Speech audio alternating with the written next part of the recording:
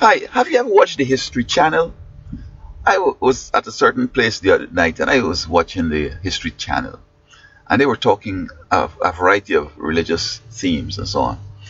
And I'm not sure who these people are, man. They're like comics. Um, and I'm asking, how do you get to present on the History Channel? Are they looking for the real scholars? Are they looking for people that really have some understanding, or they are just looking for the friends who join them society or secret society or whatever, and they come together and they come with some stupidness that they want to mislead the whole world with? They were talking about the Ark of God.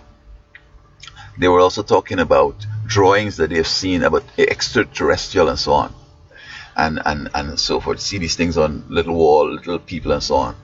And they're saying that extraterrestrials came and visited and the whole 9 yards and all that stuff. And I mean, if you seriously study scripture, I don't see how you'll come away with these views that these people were promulgating.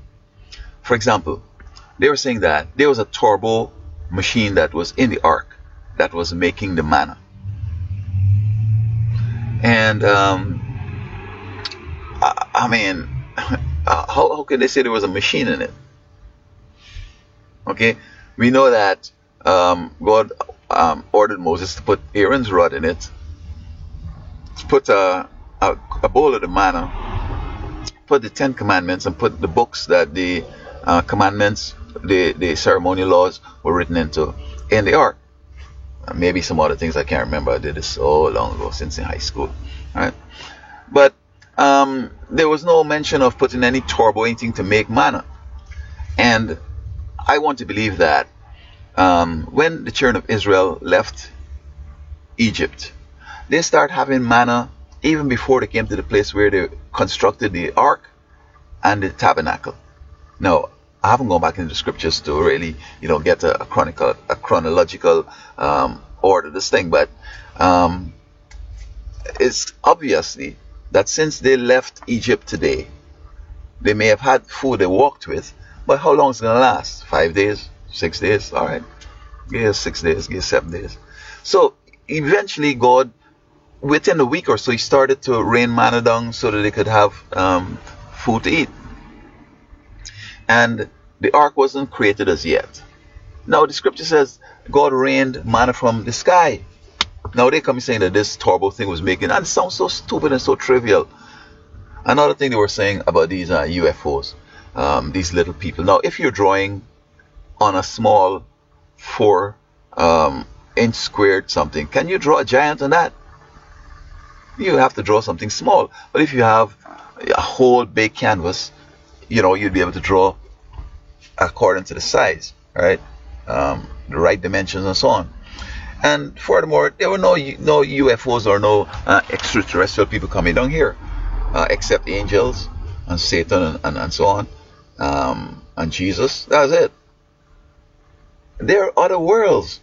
They're way, way, way, way beyond even where we could. No, NASA saw something about 500 light years away, where they're saying that this planet, you're seeing light and day, which means it's orbiting around some sun and all that, some moon or whatever, and it's like just the right temperature distance away from that moon and that sun, and humans could live up there. How you get it? 500 light years, 186,000 miles a second, by a day, by an hour, a second, a minute, whatever, all that. 500 of that. How long does it take to get it? 2 billion years. According to how we move at 50, 60 miles an hour. So how you can get there? And yet, although they're seeing 500 light years away, and I guess they're seeing that in a circle, not only one direction, and they can't point out heaven yet. So heaven is way beyond that. And Jesus went up there and came back within a weekend, a couple of days. We have Moses and Elijah that came down to rendezvous with Jesus on the Mount of Transfiguration. But they don't know that humans were giants in the beginning. They don't read the scriptures to understand that Adam and Eve were giants, and scripture does say that they were giants in those days, and stalwart and renowned men and all that kind of stuff. All right. So man originally was just as big as angels, as any terrestrial being that could come here.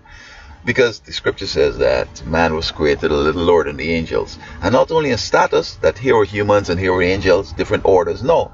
I believe that in power, in stature, in total, they were a little lower, because the whole idea is that man was supposed to become angels. You know? That's why man was created. After Satan sinned and he brought a third of the angels with him, God wanted to replace the angels. And he did not want to take and create new ones because they don't have experience. Okay? While the other worlds were looking on also, because Satan was going and spreading a rumor telling that all that is in his heart is what Jesus is. Jesus is selfish, Jesus is this, is that, and so on. And he, so bright and innocent and working so hard for God, he should take the place of Jesus and all that. And a lot of them believe that stuff. See, he was going around to the other worlds and tell them how God is unjust and this and that. So if God had written off him and all his angels and created some new beings immediately, the other worlds might have doubted and say, we think that God killed them straight up because what you're saying is true. But he had a chance to put the thing into practice when he crucified Christ after all the destruction he brought on the world. Then any doubter in the other worlds would see that clearly God and Jesus are opposite to what Satan was saying, and he's the one that crucified Christ. Okay, so I mean, we are dwarfed today, 6 feet, 8 feet, 7 feet, whatever, and so on, but we came from a big, proud, outstanding. And by the way, it's not only stature changed, the nature of the whole being was changed, the type of flesh was changed. Because Eve used to make those big babies, a baby big like a truck. And she never used to be screaming and going on like that. She never had to have a C-section because there was none of that way back then. Angels attended to help her to do deliveries and maybe taught whoever was around, Adam, whoever. And so, and other, so on, she delivered her kids and then teach the midwifery technique and so on, science and so on. So, it seems to me that women today are suffering in childbirth. God predicted it, not only because he says, I'm going to make your deliveries difficult, but they went ahead and have all these kind of different sexual relationships and dwarfed us. And our skin is different. Maybe it isn't as elastic as previous. And perhaps there is a problem in the genetics, in that the vagina probably has a gene from a person of 6 feet tall. But perhaps the size of the baby is based on maybe something bigger than that.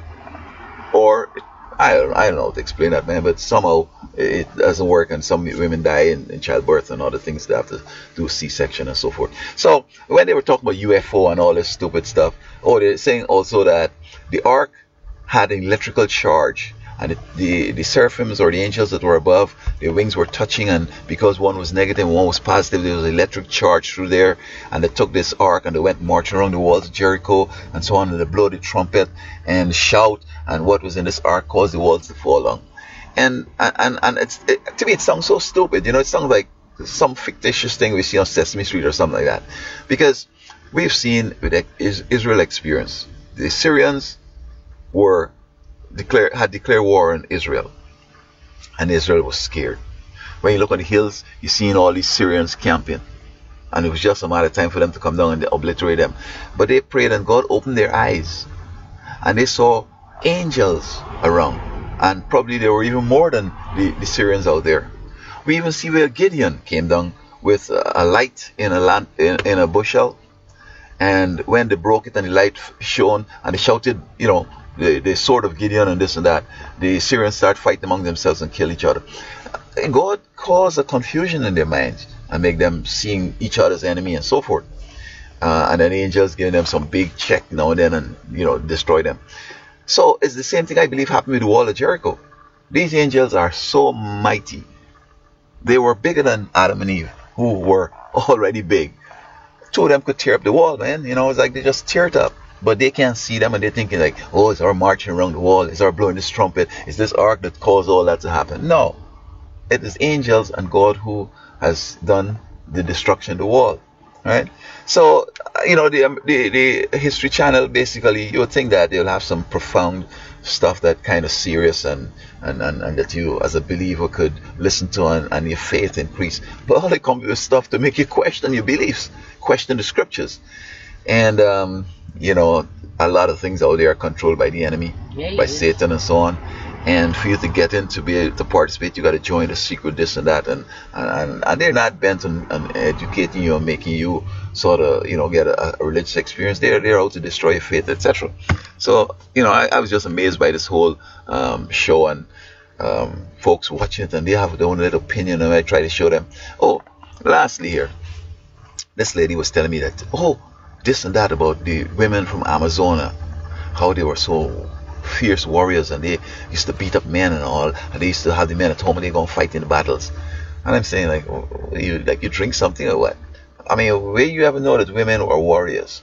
Women have never been warriors. In fact, I'll make a next video on that, women being warriors.